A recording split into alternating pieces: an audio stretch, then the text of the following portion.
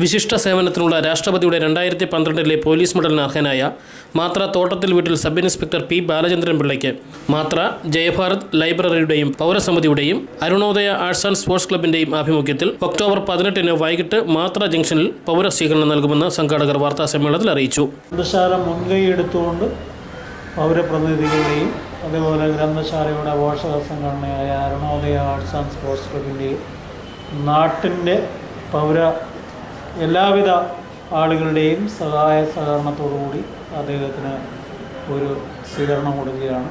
പിന്നെ ഏറ്റവും ശ്രദ്ധേയമൊരു കാര്യം, ഞങ്ങളുടെ നാട്ടിലെ ഞങ്ങളുടെ എല്ലാവരുടെയും പ്രിയങ്കരനായ ഒരു വ്യക്തിയാണ് അദ്ദേഹം. അദ്ദേഹത്തിൻ്റെ പ്രവർത്തനത്തിൻ്റെ ശൈലി അതാണ്.